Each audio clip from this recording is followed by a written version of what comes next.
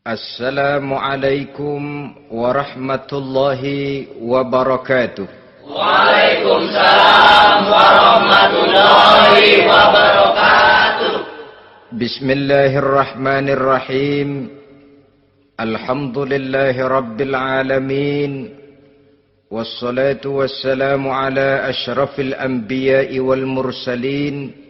Sayyidina wa maulana Muhammadin wa ala alihi wa ashabihil mujahidin at-tahirin. Amma ba'du, subhanaka la ilma lana illa ma 'allamtana innaka antal alimul hakim. La hawla wa la quwwata illa billahil aliyyil azim. Saudara-saudara kaum muslimin, terutama adik-adik para remaja dan pemuda yang saya cintai.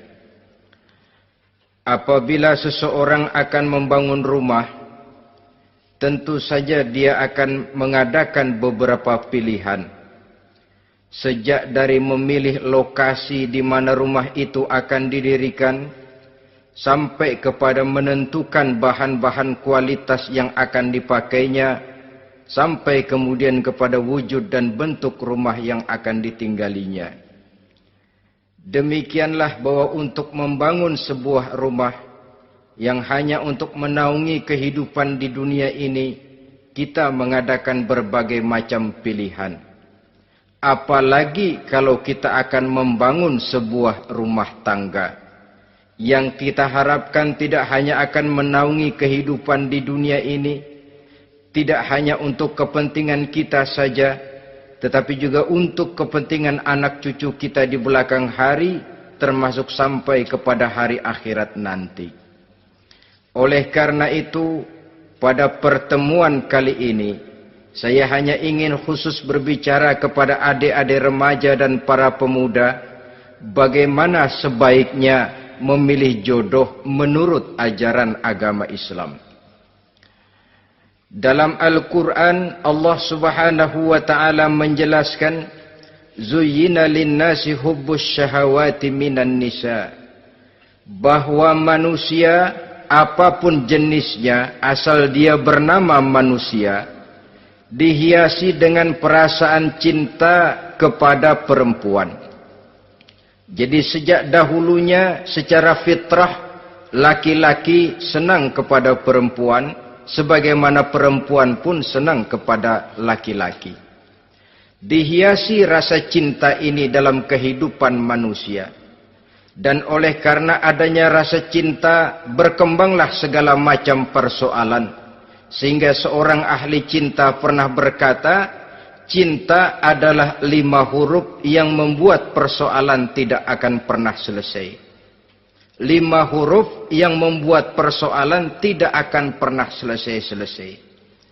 Tetapi dalam kehidupan sehari-hari sering kita saksikan bahwa cinta ini bisa mendorong, memberikan motivasi yang baik, dan cinta ini pun bisa juga memberikan dorongan yang tidak baik.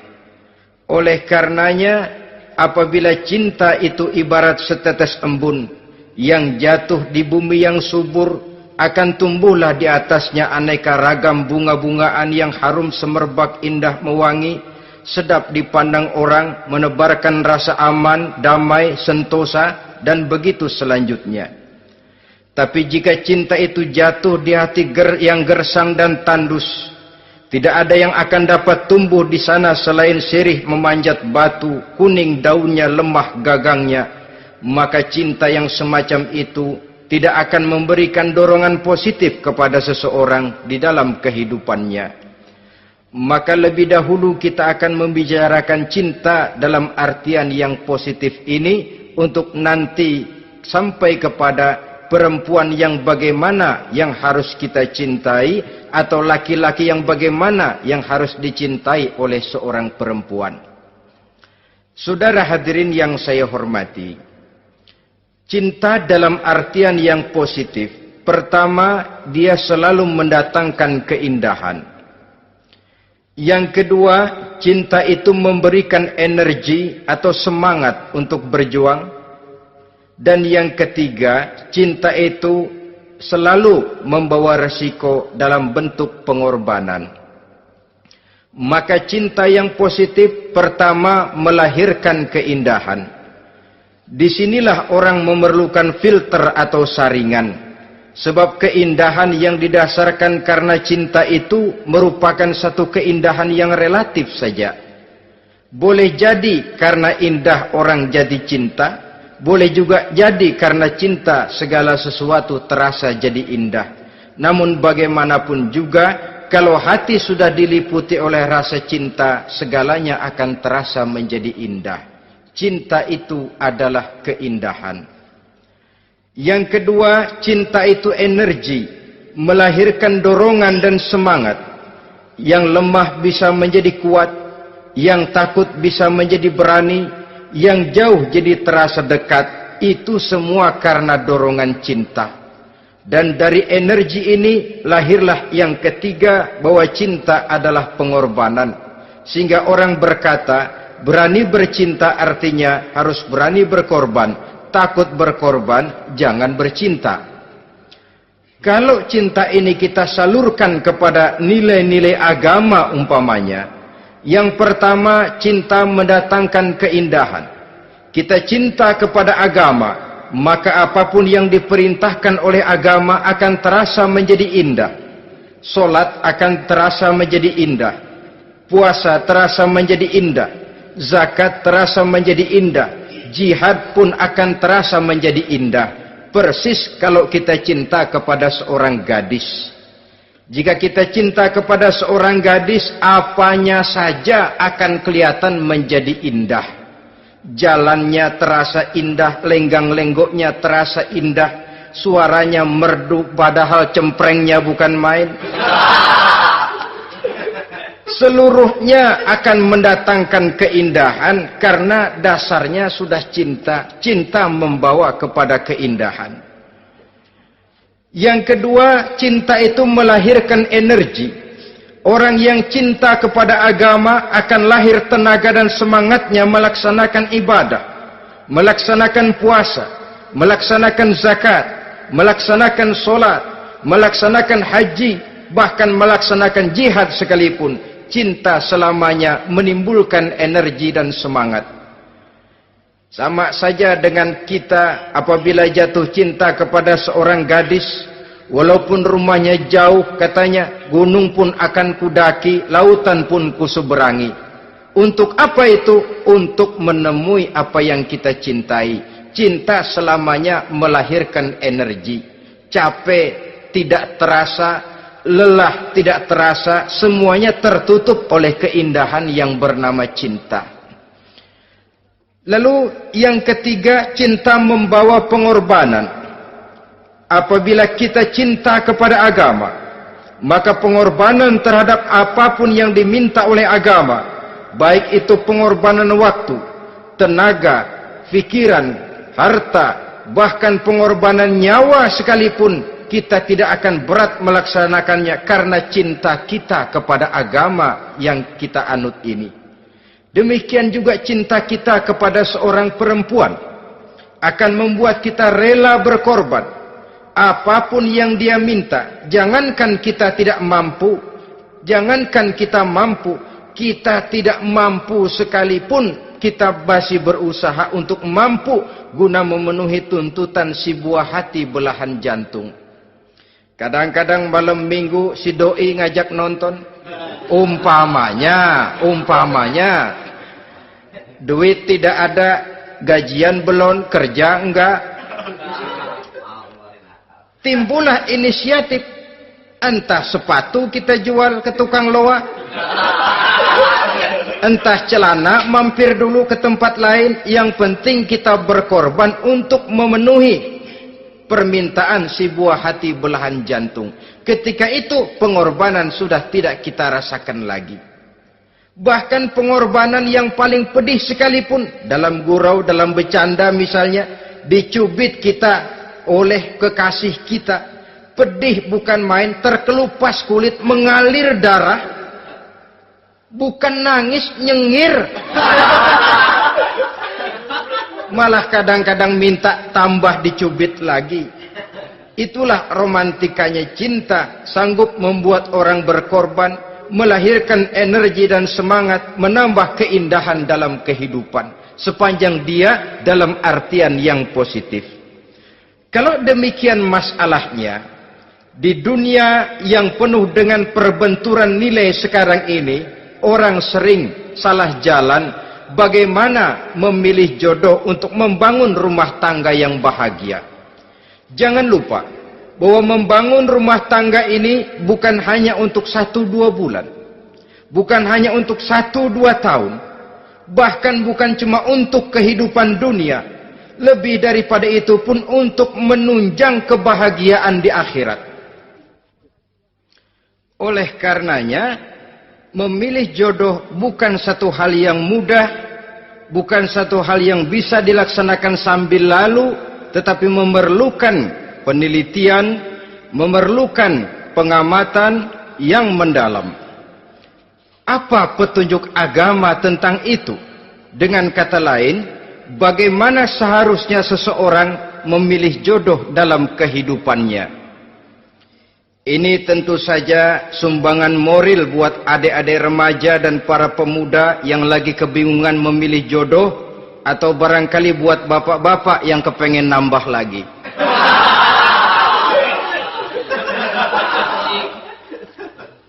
Mohon maaf kepada ibu-ibu, saya tidak menganjurkan, cuma ngajarin. Yang pertama, menurut Nabi, nikahilah perempuan itu karena rupanya, karena hartanya, karena keturunannya, dan karena agamanya. Ada 4 motif utama di sini. Pertama, memilih jodoh, lihatlah rupanya. Lagian siapa yang kepengen dapat jodoh rupanya nggak karu-karuan? Cari rupa yang cantik, indah, dan menawan. Namun jangan lupa, saya katakan di zaman di mana sering terjadi benturan nilai seperti sekarang ini, orang sulit untuk mendapatkan keaslian. Di mana teknologi sudah sedemikian canggih, di mana ilmu kedokteran sudah sedemikian maju, maka berbagai macam rupa bisa dibentuk dengan apa yang dinamakan operasi plastik misalnya. Yang pesek bisa dibikin mancung, kuping yang kelebaran bisa dibikin sedang, pipi yang kembung sebelah bisa dibikin rata, janggut yang tidak menarik bisa dibikin bak lebah bergantung katanya. Oleh karena itu, kalau pilihan hanya tertuju kepada rupa yang cantik saja semata-mata, kita sudah melakukan satu kesalahan yang sangat besar. Sebab apa?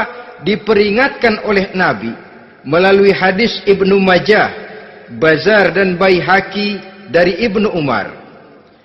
Janganlah kamu kawini seorang perempuan karena kecantikannya, sebab kecantikan boleh jadi akan mencelakakan. Jangan juga kamu kawini perempuan karena hartanya, sebab kekayaan biasanya akan mendatangkan kesombongan. Tetapi kawinilah karena agama dan akhlaknya, karena itulah yang akan membawa kepada kebahagiaan. Saudara-saudara kaum muslimin, terutama adik-adik remaja dan para pemuda, dikala usia puber, apalagi mata baru terbuka, awal balik namanya, remaja sering kehilangan filter. Pokoknya asal ngelihat rupa yang sudah lemot, denok, geboy, pikiran pun hanyut, malam terkenang, siang terbayang, tidur tak nyenyak, makan tak enak katanya, selalu terbayang wajah si doi.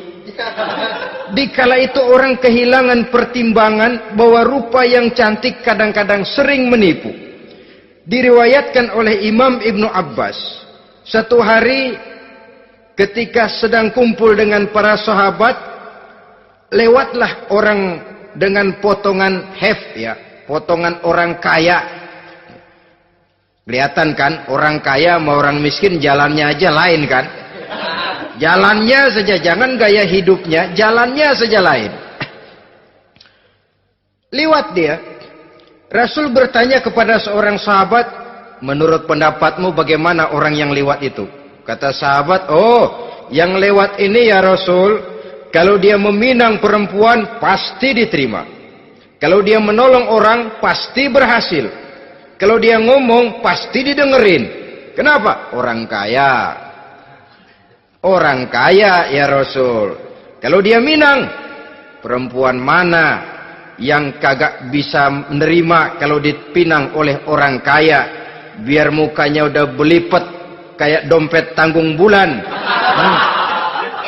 Kalau memang duitnya banyak, nggak kelihatan tuh muka yang belipet. Yang kelihatan duit. Kalau dia nolong orang, pasti berhasil apa yang dia tolong itu. Kalau dia ngomong, pasti didengerin orang. Walaupun omongannya biasa-biasa saja. Kenapa? Orang lihat penampilannya. Sudah, ketika orang itu lewat, beberapa lama kemudian lewat lagi seseorang yang kelihatannya miskin. Rasul tanya lagi, kalau orang ini, bagaimana pendapat kamu? Wah, potongan begini sih Rasul. Kalau dia minang, orang tolak. Siapa yang mau kawin sama kere begini? Kalau dia nolong orang, pasti nggak berhasil. Kalau dia ngomong, kagak bakalan ada yang mau dengerin. Siapa yang mau dengerin orang susah ngomong? Setelah orang itu lewat, apa kata Rasul? Orang yang terakhir, yang lewat ini, yang barusan lewat, jauh lebih baik dari yang pertama yang lewat tadi. Jauh lebih baik. Maksud dari ucapan ini, Rasul sebenarnya mendidik para sahabat jangan tertipu oleh penampilan. Sebab penampilan tidak selamanya mencerminkan keaslian. Apalagi di zaman sekarang, salon di mana-mana bejibun. Alis mata bisa dibikin, pipi bisa dicat. Yang pinggir kuning, yang tengah merah, di sebelah merah ada yang kehitam-hitaman, persis orang kepentok tiang listrik.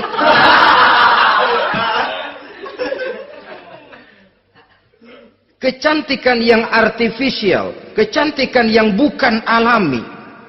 Karena itu silakan saja cari yang cantik, tapi jangan terpaku sampai di situ. Sebab kecantikan di samping dia mudah berubah oleh pergeseran masa dan pertukaran waktu, ternyata penampilan tidak selamanya mencerminkan keaslian. Lain hari seorang sahabat pernah mengadu, "Ya Rasul, ada apa? Inna imra'ati la turaddu yadul lamis." Ya Rasul, istri saya tidak pernah menolak tangan orang laki yang menjamahnya, mengajak salaman kepadanya. Apa jawab Rasul? Ceraiin aja. Tapi hati saya berat ya Rasul, saya cinta betul sama dia. Ya kalau hatimu berat, jaga dia baik-baik. Nah, dari riwayat ringkas ini kita ambil satu perbandingan. Memang punya istri berwajah cantik itu kadang-kadang si malakama kalau imannya tidak kuat. Si malakama. Kita diemin aja, binal, makan hati, nggak aman, nggak tentram. Jangan-jangan saya berangkat ke kantor, dia ngompreng. Buah si malakama, seperti orang tadi, ya Rasul. Istri saya kelihatannya sebenarnya tidak negatif maksudnya ini, cuma bersalaman, tapi terlalu ngobrol. La turaddu yadul lamis, tidak pernah menolak orang yang ngajak salaman. Ya sekedar salaman. Tapi kan awalnya dari salaman. Kalau sudah salaman kan strum bisa ngederdet dari tangan situ. Kata Rasul sederhana saja. Ya kalau memang begitu ceraiin. Saya nggak kuat Rasul. Saya cinta betul sama dia. Kalau kau tak kuat berpisah dengan dia, jagalah dia baik-baik. Ajar, didik, tanamkan rasa keagamaan di dalam hatinya. Saudara-saudara kaum muslimin, jadi rupa yang cantik tanpa didasari oleh nilai-nilai agama akan membuat seorang suami di rumah tangganya seperti si malakama. Seperti berhadapan dengan buah si malakama kalau tidak diiringi dengan nilai-nilai moral yang luhur dan bekal agama yang tangguh. akan pergi jauh dari rumah rasanya tidak aman, sedangkan di rumah saja siapa yang akan mencari nafkah, dan begitu selanjutnya. Orang tadi jelas berhadapan dengan buah si malakama, didiamkan, makan hati. Sebab maaf, kalau seorang suami sudah tidak punya rasa cemburu terhadap istrinya, itu kan yang disebut dayus. Dan dayus itu jangankan masuk surga, bau surga saja dia tidak dapat. Tapi cemburu dalam artian bukan cemburu buta, cemburu dalam artian yang wajar. Dia cemburu, akan dikerasi takut kalau istrinya minta cerai, sedangkan dia cintanya sudah kadung medok bener. Si malakama jadinya. Nah, ini juga satu riwayat yang memberikan gambaran kepada kita. Pilihan, silakan cari rupa yang cantik saja. Cari yang cantik. Tapi kalau itu dijadikan motif utama tanpa dasar-dasar agama, saya khawatir nanti rumah tangga kita akan berhadapan dengan buah si malakama. Jadi adik-adik remaja, usaha, ikhtiar, cari yang cantik, yang kira-kira nggak membosenin, supaya kita betah tinggal di rumah, supaya kita merasa ada tempat berbagi rasa, ada tempat kita bernaung. Sebab kalau nyari bini sebini-bininya mah, ya jodoh di tangan Tuhan, kagak usah nyari juga ntar datang diri, umpamanya. Iya, kalau yang datang peot. Orang harus berusaha, walaupun pada akhirnya jodoh toh memang ditentukan Allah. Kan 3 hal yang kita tidak bisa menentukan itu katanya. Maut, rezeki, jodoh. Itu yang masuk mysterious problem. Problem yang misterius. Maut, misterius. Kapan kita mati, kita sendiri tidak tahu.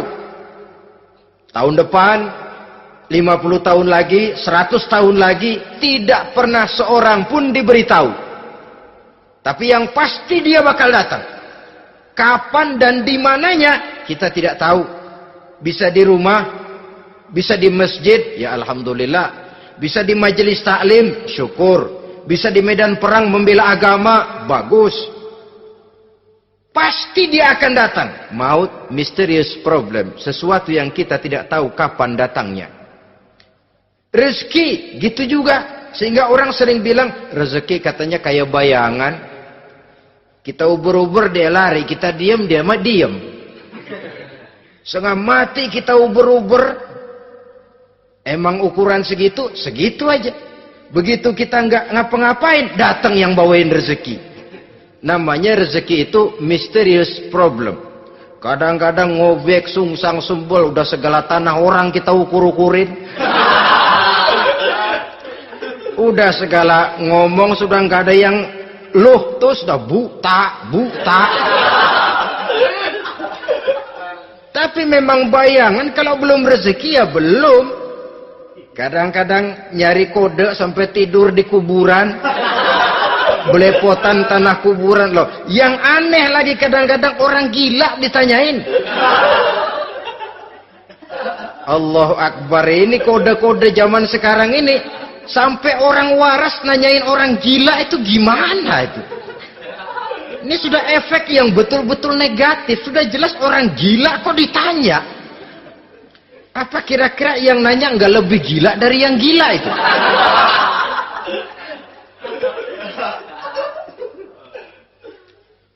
Saudara-saudara kaum muslimin, terutama adik-adik remaja dan para pemuda, jadi silakan saja cari rupa yang cantik, karena dia akan jadi tautan hati, buah hati belahan jantung, tempat kita berbagi rasa, tempat kita pulang dan tinggal di rumah tangga kita. Tapi hendaknya kecantikan rupa itu diiringi juga dengan kecantikan budi. Karena itu cari rupa yang cantik. Ini pilihan utama. Yang kedua, kata Nabi, harta, cari yang kaya. Tetapi jangan lupa, jangan dijadikan pilihan utama. Karena kekayaan sering mendatangkan kesombongan. Apalagi kalau seorang pemuda mendapat istri orang kaya.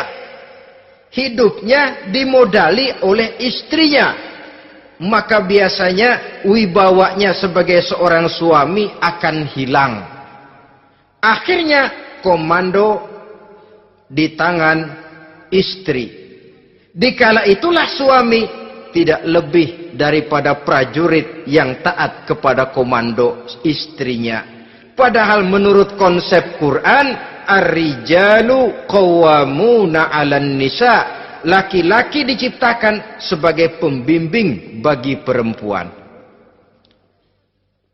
Kalau nanti suatu saat terjadi benturan, sedangkan modal diberikan oleh istri, terjadilah pengungkitan. Kata istrinya apa? Lu jangan bertingkah, lu kan kawin sama gue modal lu kolor doang.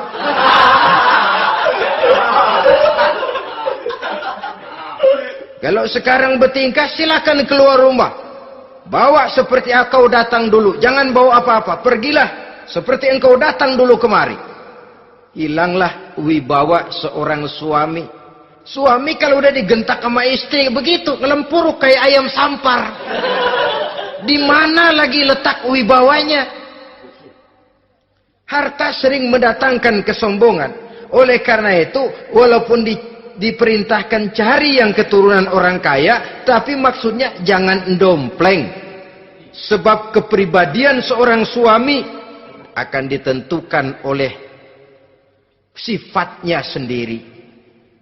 Keberadaannya ditentukan oleh karya dan perbuatannya sendiri. Itulah yang akan menampilkan kepribadian dia dalam kehidupan di masyarakat ini.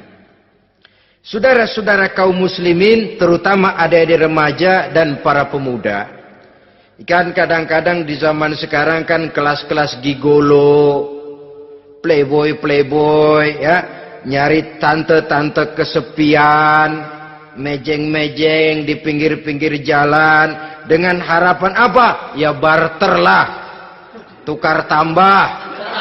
Nah, supaya dapat rokok, dibelikan pakaian, motor dan sebagainya. Tapi yang jelas hilang harga diri sebagai laki-laki, dan itu yang paling mahal. Kalau seorang laki-laki sudah kehilangan harga diri, apalagi yang bisa dibanggakan dalam kehidupan ini? Apa artinya naik mobil kalau kepala tertunduk ke bawah? Apa artinya jalan di tengah masyarakat kalau kita tidak bisa menengadah dengan satu kebanggaan? Hilangnya harga diri merupakan kehancuran awal dari sebuah pribadi yang untuk jangka panjang kita tidak akan bisa lagi berbuat banyak. Tanpa harta orang memang sulit untuk bahagia. Tapi harta semata-mata bukan merupakan jaminan bahwa orang lantas akan bahagia. Saya barangkali harus berkata, banyak orang miskin yang kaya. Tapi tidak sedikit orang kaya yang miskin. Saya ulangi ini.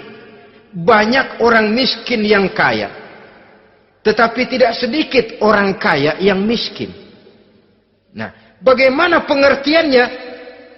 Orang miskin yang kaya, materinya sederhana, peralatan rumah tangganya sederhana, tapi hatinya kaya. Oleh karena hatinya kaya, jiwanya lapang. Sebaliknya, orang kaya yang miskin, di tengah kelimpahan materi yang berlimpah, segalanya serba ada, hatinya yang miskin. Kelimpahan materi tidak akan sanggup mengobati kemiskinan hatinya. Sehingga di tengah kehidupan yang serba ada, dia masih merasa kurang, maka dia tidak pernah cukup. Di tengah kemilauan dan gemerlapan serta glamornya rumah mewah, dia merasa hidup di tengah gurun pasir yang gersang dan tandus. Karena itu, biarlah miskin harta tapi kaya budi, daripada kaya harta tapi miskin budi. Lebih utama lagi, kaya harta, kaya budi. Itu idealnya. Dasar pilihan ketiga, sesudah rupa dan harta, menurut Nabi, keluarga. Faktor keturunan sangat menentukan.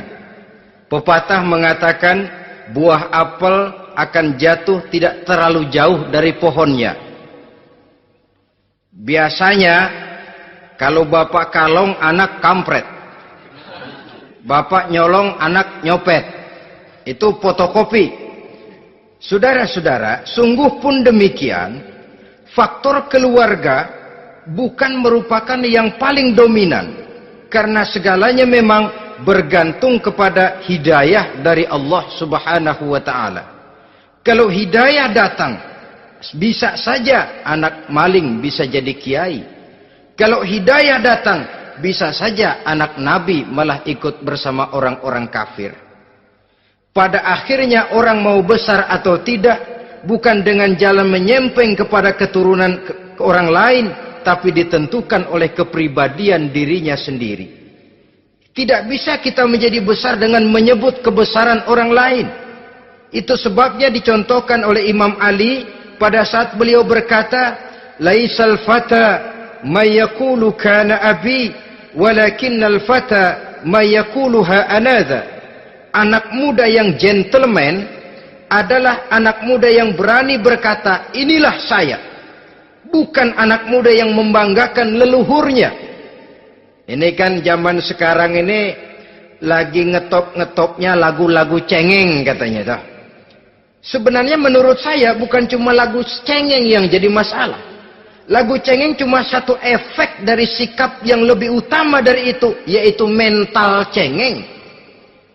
Kalau mental sudah cengeng, apapun yang kita lakukan akan jadi cengeng. Tidak cuma lagu, kebudayaan yang lahir akan kebudayaan cengeng. Jadi pengusaha cengeng. Jadi pejabat cengeng. Jadi kiai cengeng. Kenapa? Mental cengeng. Di antara mental cengeng itu apa? Mengandalkan fasilitas atasan. Kalau tidak ada fasilitas dari atas, lantas tidak bisa berbuat apa-apa. Cengeng. Menjadi besar bukan karena karier pribadi, tapi karena nasib katrolan. Itu pun termasuk mental cengeng. Sedikit gagal, bagaimana sedikit jalan buntu, sedikit deadlock, lu ngapain lu melulu? Saudara hadirin yang saya hormati, jadi lebih penting dari sekedar lagu-lagu cengeng, saya malah lebih suka bicara mental cengeng ini. Mental yang cepat putus asa. Mental yang tidak mau mengeluarkan usaha maksimal. Mental yang hanya mengandalkan fasilitas. Sedangkan pribadinya tidak lebih daripada pribadi sumuhun dawuh. Pribadi kulo nuwun. Pribadi kumaha juragan wae. Pribadi oke bos. Pribadi asal bapak senang.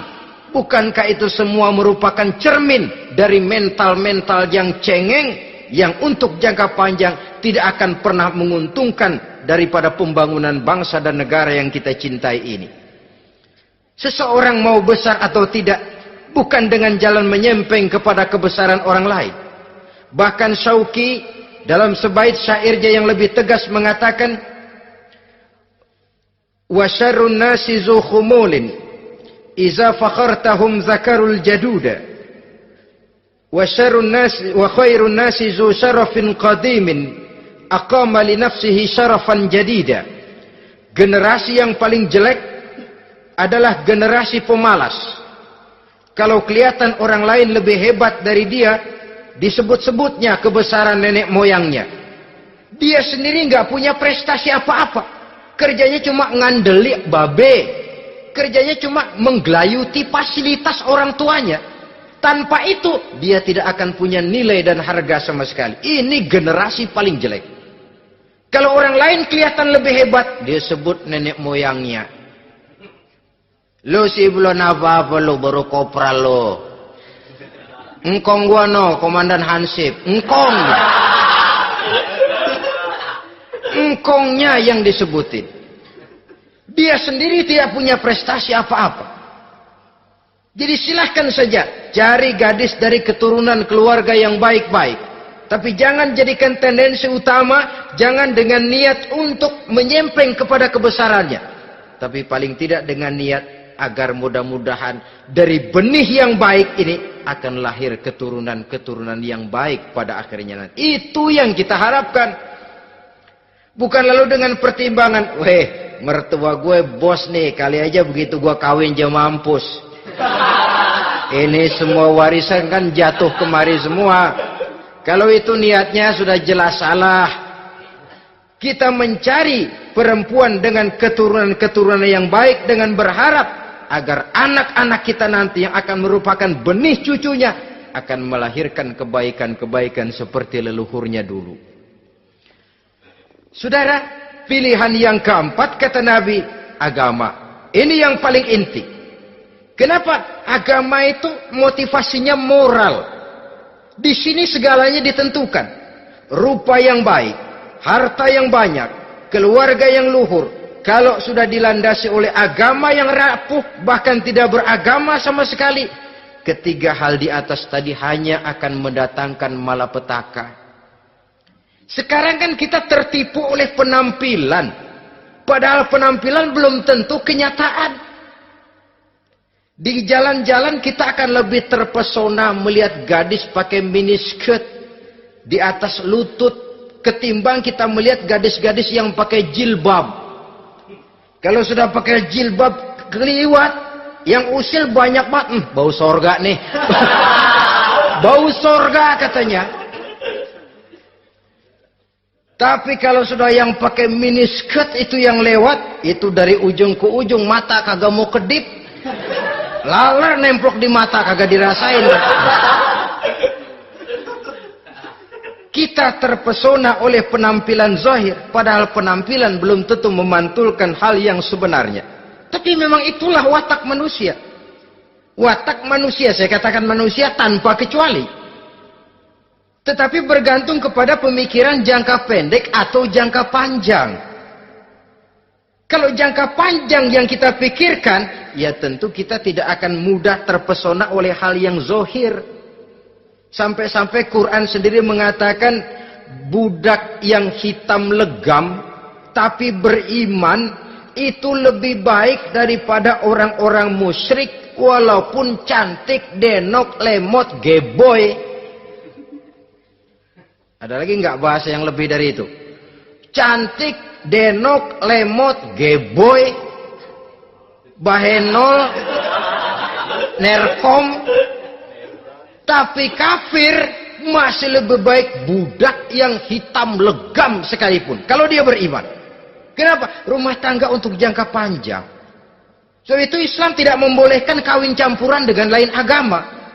Walaupun ada ayat yang mengatakan boleh kawin dengan ahlul kitab. Tapi sebagian mufassir menjelaskan bolehnya kawin dengan ahlul kitab itu dalam kondisi darurat. Dalam kondisi normal tidak bisa. Kenapa? Kalau sudah berlainan agama, akan terjadi kerancuan rumah tangga untuk jangka panjang.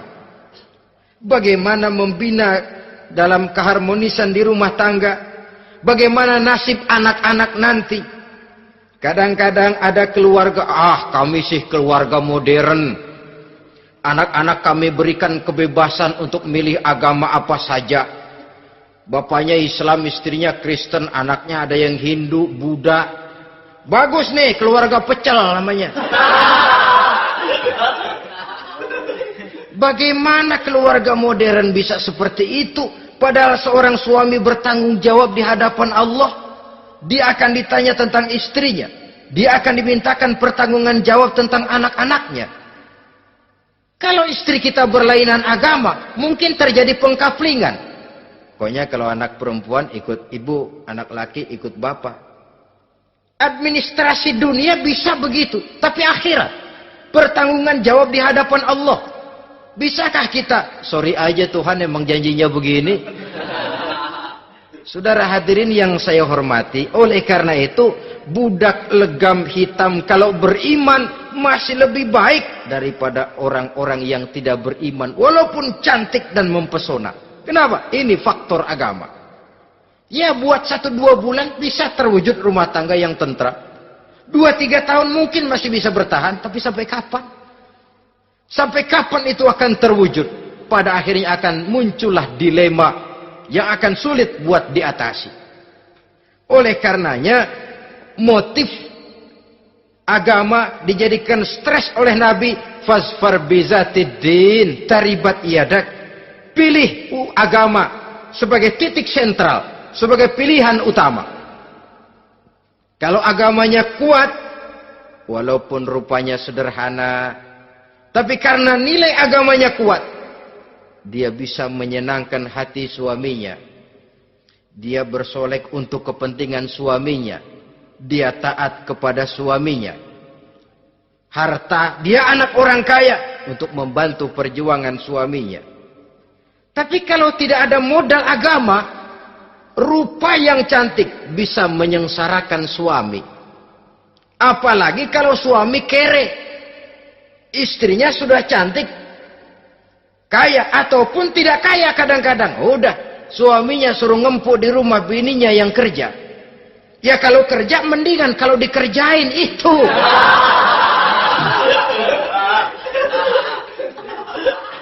Itu yang repot. Saudara hadirin yang saya hormati, dan ini bukan satu dua kasus. Alangkah malangnya kalau sudah terkena hal seperti itu. Akhirnya seperti pengaduan sahabat kepada Rasul tadi. Mau diceraiin, cinta saya udah medok benar Rasul. Enggak diceraiin, hati saya ngebet, pegel. Si malakama akhirnya. Jadi oleh karenanya agama. Kalau dia cantik, walaupun miskin, agamanya kuat, dia bisa memelihara kehormatan diri. Dia kaya, agamanya kuat, hartanya disalurkan di jalan Allah. Karena itu, agama jadikan pilihan utama. Dan ukuran agama itu bukan cuma jilbab loh. Ya kadang-kadang ada juga yang jilbabnya nggak pernah lepas, tapi kadang-kadang akhlaknya lebih binal dari yang kribo. Ada, cuma sekedar kamuflase saja, itu pun penampilan. Sekedar penampilan saja. Cuma dari segi aurat ya memang lebih baik dan lebih utama. Dan saya kira lebih mengundang penasaran toh. Duren kalau udah dibuka kan kelihatan isinya. Emang udah begitu. Udah. Tapi kalau masih rapat, itu yang rasanya kita pengen buka. Timbul tantangan. Gue pengen tahu isinya. Rasanya juga begitu. Sama saja dengan baju. Kalau dibungkus rapat di plastik, ditaruh di etalase, adanya di toko mau serba ada, tahu kita barang mahal nih. Biar punya duit, kita mau nawar ragu-ragu, takut nggak cukup. Tapi kalau barang sudah dibuka di jalanan, diobral di pinggir jalan, murahan, 1.003 masih dicampur odol. Yang begitu sih biar nggak punya duit, kita berani banget tanya, nawar, megang lagi nyemek. Berat duit nih bang. Kenapa? Barang sudah terbuka. Jadi saudara-saudara, syukur kalau keempat-empatnya ini jodoh terkumpul dalam jodoh yang saudara cari. Sudah rupanya cantik, kaya, keturunan orang baik-baik, agamanya kuat. Nah, surga dunia tuh. Yang begitu cari. Kalau ada yang begitu, saya juga mau nambahin satu lagi.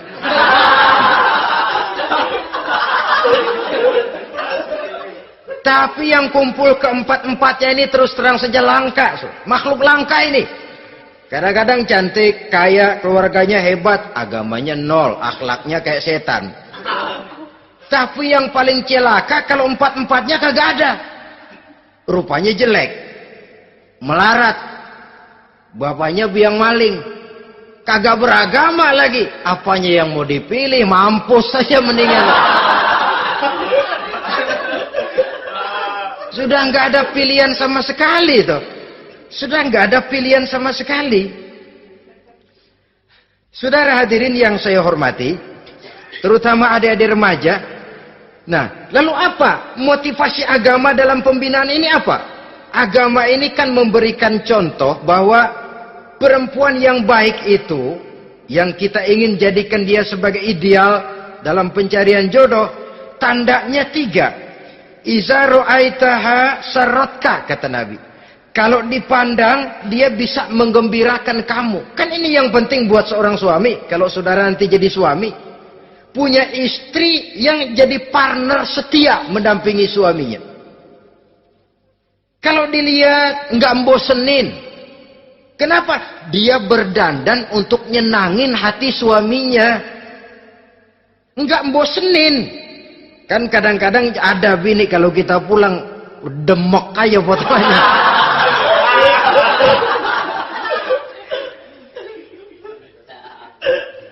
Ini yang bikin suami nggak betah di rumah ini kan yang begini. Adapun perempuan yang beragama, apabila dipandang oleh suaminya, dia pandai menyenangkan hati suaminya. Andai kata suaminya dalam kesulitan, dia tidak menambah beban kesulitan. Paling tidak dia bisa memberikan satu bantuan moral. Bantuan moral untuk mengurangi beban kesulitan daripada suaminya.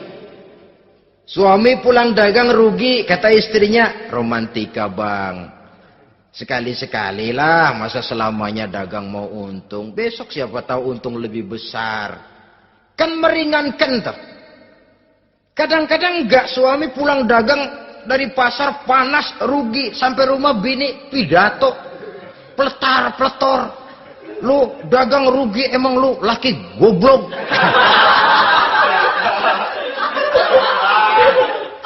Sudahlah di pasar rugi, di rumah digoblok-goblokin. Ini nanti kena penyakit broken home yang begini ini. Padahal kesuksesan di kantor, kesuksesan di pasar, kesuksesan di medan tugas selalu dimulai dari kesuksesan dan ketenangan dari rumah tangga. Dia berhias untuk kepentingan suaminya, tidak terlalu berlebihan, dan suaminya pun pandai menghargai istrinya dengan kata-kata yang menimbulkan gairah dan semangat. Melihat istrinya bersorak, kamu makin cantik saja. Jangan juga kadang-kadang suami ketus. Ngelihat daksu pulang kantor, lihat suaminya, istrinya dandan rapi. Tumben lu mau bekasin apa? Mau bekasin katanya. Artinya apa ini? Pandai mengembirakan, bisa tenggang rasa, bisa berbagi rasa. Sehingga suami merasa ada tempat dia bertukar pikiran. Ada tempat dia membicarakan persoalan. Dialog dalam kehidupan berumah tangga itu sangat diperlukan. Iza ra'aitaha sarratka, kalau dipandang dia sanggup mengembirakan kamu. Dikasih uang 500 senyum, 5.000 pun ketawa. Menggembirakan. Dia bisa taruh kata hatinya kesel, tapi mulutnya senyum. Nah ini yang sulit ini. Senyum tapi kesel, kesel tapi senyum. Kadang-kadang istri itu kan kalau sudah kesel, suami pulang nggak bisa dia menyembunyikan kekesalannya. Dari jauh suami sudah lihat ini yang nyambut, ini bemo ini. Udah monyong serem. Saudara hadirin yang saya hormati, yang kedua, bila diperintah dia taat. Ini pengaruh agama. Sehingga Nabi mengatakan, "Lau amartu li ahadin ayyasjuda ila ghairiha, la amartul mar'ata litasjuda ila zawjiha likibari haqqihi 'alaiha." Andai kata saja boleh aku memerintahkan manusia untuk sujud kepada sesama manusia, pastilah aku perintahkan perempuan untuk sujud kepada suaminya. Kenapa? Karena besar hak suaminya kepada dirinya. Untung sujud kepada manusia tidak boleh. Andai kata boleh, perempuan disuruh sujud sama suaminya. Ini tidak perlu sampai sujud, cium tangan saja minta ridho suami. Kadang-kadang perempuan sekarang berat. Paling banter setahun sekali lebaran doang. Laki pulang sembahyang tubruk, cium tangan, minta redo, nangis segala macam. 3 hari habis lebaran, beras habis, monyong aja lagi.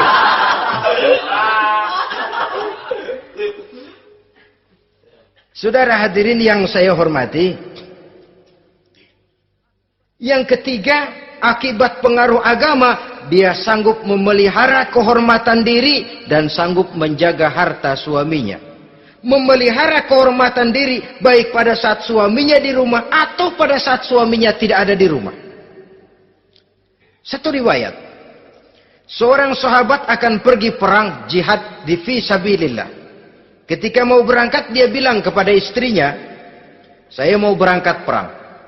Kalau saya belum pulang kamu jangan keluar rumah. Baik bang. Pergi istrinya. Pergi suaminya jihad. 1 minggu, 2 minggu berlalu belum juga pulang. Satu hari datang utusan dari rumah orang tua si istri ini. Assalamualaikum bu. Waalaikumsalam. Ada apa? Ada berita kurang enak bu. Orang tua ibu sakit parah. Mohon tolong ditengokin. Apa kata si istri? Maaf saja, suami saya belum pulang dari medan perang. Saya belum dapat izin keluar rumah kalau dia belum pulang. Tolong sampaikan maaf saya kepada orang tuanya. Pulanglah utusan tadi. Besok balik lagi. Bu, ada apa? Udah Senin Kemis. Napasnya sudah sampai tenggorokan. Tolong tengokin buat terakhir kalinya bu. Suami saya belum pulang. Dia pesan kalau dia belum pulang saya jangan keluar rumah. Saya nggak bisa tengokin orang tua saya. Salam maaf saja. Pulang utusan itu. Besok balik lagi. Bagaimana? Sudah meninggal bu. Mau dikubur. Tengokinlah buat terakhir kalinya. Suami saya belum pulang. Saya belum berani keluar rumah kalau suami saya belum pulang. Itu janji saya sama suami saya. Pulanglah utusan ini ngadu kepada Rasulullah sallallahu alaihi wasallam.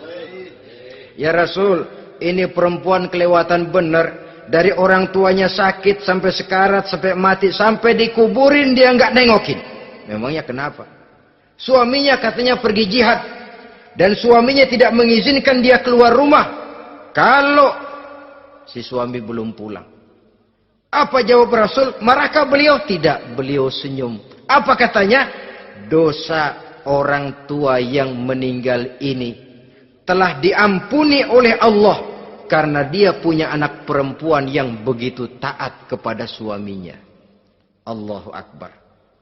Dosa orang tua yang sudah meninggal itu diampuni oleh Allah karena dia punya anak perempuan yang begitu taat kepada suaminya.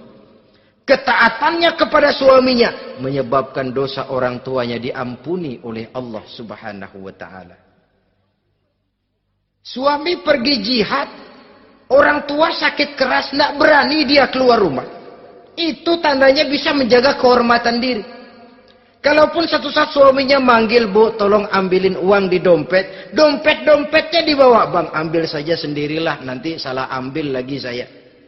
Kadang-kadang enggak, suaminya pergi mandi, dompet berantakan. Saudara hadirin yang saya hormati, ini motivasi agama. Jadi kecantikan zahir yang diimbangi dengan kecantikan batin oleh karena pengaruh agama tadi. Kalau sudah kemari, orang tidak perlu mikir-mikir operasi plastik, bikin yang pesek jadi mancung supaya orang tertarik. Bikin belakang yang kurus jadi menarik. Tidak. Orang tidak perlu lagi pakai susuk-susukan. Dipasang di bibir supaya kalau senyum orang gempor.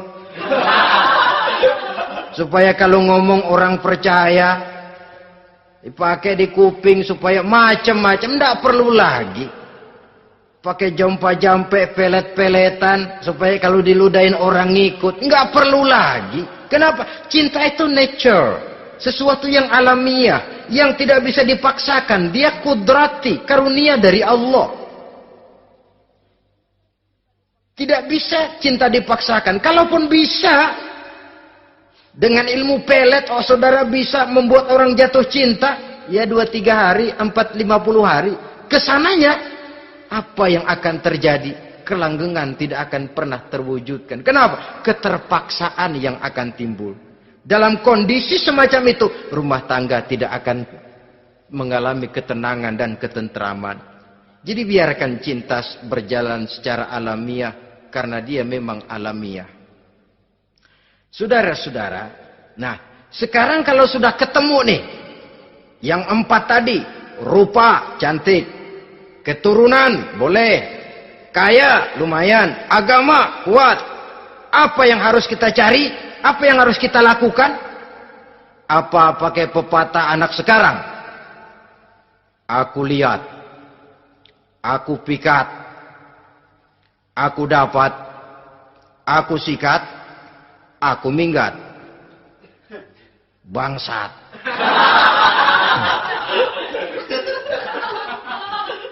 Itu kan ada moto cinta kilat begitu tuh. Cinta kilat katanya. Aku lihat, aku pikat, aku dapat, aku sikat, aku minggat. Bangsat. Atau kita harus hanyut dalam arus free love, free sex, samenleven, eksperimen dulu? Tidak. Islam menganjurkan kalau memang seret, nah ini rasanya ini nih, mantap gue nih. Apa yang diajarkan oleh Islam selanjutnya? Meminang, saudara-saudara. Meminang adalah langkah awal untuk mengikat tali pernikahan. Diizinkan meminang, dan di dalam meminang pun diizinkan untuk melihat. Cuma kalau boleh, ya syaratnya itu waktu melihat itu jangan sampai ketahuan si perempuan yang akan kita pinang itu. Untuk apa kita meminang? Pertama untuk yakin bahwa perempuan yang kita inginkan ini sudah kumpul syaratnya itu, tidak ada cacatnya. Yang kedua, untuk memperkuat tekad hidup berumah tangga, diperlukan meminang.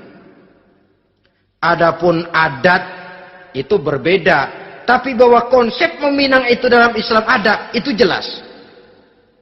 Ya kalau mesti bawa pisang raja, pakai roti buaya, pakai martabak segede ban mobil truk segala macam, itu adat saja, ya. Tapi yang real meminang itu ada dalam Islam. Nah, bagaimana adab meminang? Setelah kita tahu anak ini cantiknya ya, keturunan baik, ya kekayaannya lumayan, agamanya kuat, pinanglah dia.